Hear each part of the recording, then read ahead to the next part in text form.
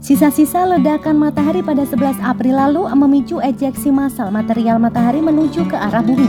Ledakan itu berasal dari bintik matahari mati yang disebut AR2987. Ledakan yang terjadi akan melepaskan banyak energi dalam bentuk radiasi yang juga menyebabkan coronal mass ejection atau CME. Yang keduanya dapat memacu cahaya yang lebih intens di atmosfer atas bumi.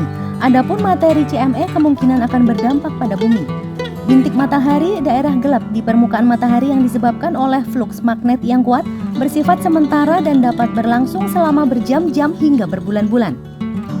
Melansir Life Science, fisikawan surya di High Altitude Observatory di National Center for Atmospheric Research atau NCAR, Philip Judge, menuturkan konveksi matahari memecah bintik-bintik matahari yang tersisa dan meninggalkan bangunnya yang terganggu secara magnetis dari permukaan matahari yang tenang. Lebih lanjut, terkadang hal ini bisa memulai kembali dengan lebih banyak magnet muncul di kemudian waktu di wilayah yang sama. Apapun yang akan terjadi pada AR2987, ledakan telah mengeluarkan suar matahari kelas C pada pukul 5.21 waktu universal pada 11 April 2020. Suar terjadi ketika plasma dan medan magnet memberi jalan di bawah tekanan yang memungkinkan berakselerasi keluar karena akan menabrak material padat jika mereka turun ke bagian dalam matahari. Suar kelas C cukup umum dan jarang menimbulkan dampak langsung ke bumi. Terkadang semburan matahari dapat memicu lontaran massa koronal yang merupakan letusan besar plasma dan medan magnet dari matahari yang bergerak keluar angkasa dengan kecepatan jutaan mil per jam.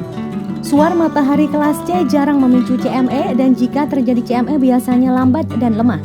Ketika CME menghantam medan magnet di sekitar bumi, partikel bermuatan dalam ejeksi dapat melakukan perjalanan menuruni garis medan magnet yang berasal dari kutub. Selain itu akan berinteraksi dengan gas di atmosfer, lalu melepaskan energi dalam bentuk foton dan menciptakan pergeseran tirai menyilaukan yang dikenal sebagai aurora. Selama efek CME tinggi, gangguan yang lebih besar pada medan magnet planet mengartikan aurora mungkin muncul dalam rentang yang jauh lebih luas. Saat ini matahari berada dalam siklus surya 25 sejak pengamatan formal dimulai pada tahun 1755. Jumlah bintik matahari selama siklus ini terus meningkat dan diperkirakan akan mencapai puncaknya pada tahun 2025. Yang berarti lebih banyak peluang untuk terjadi badai matahari dan aurora. Badai geomagnetik yang kuat juga diamati pada 10 April, tapi tidak ada CME lain yang diarahkan ke bumi yang diamati dalam 24 jam terakhir, selain yang dimuntahkan oleh sisa-sisa AR2987.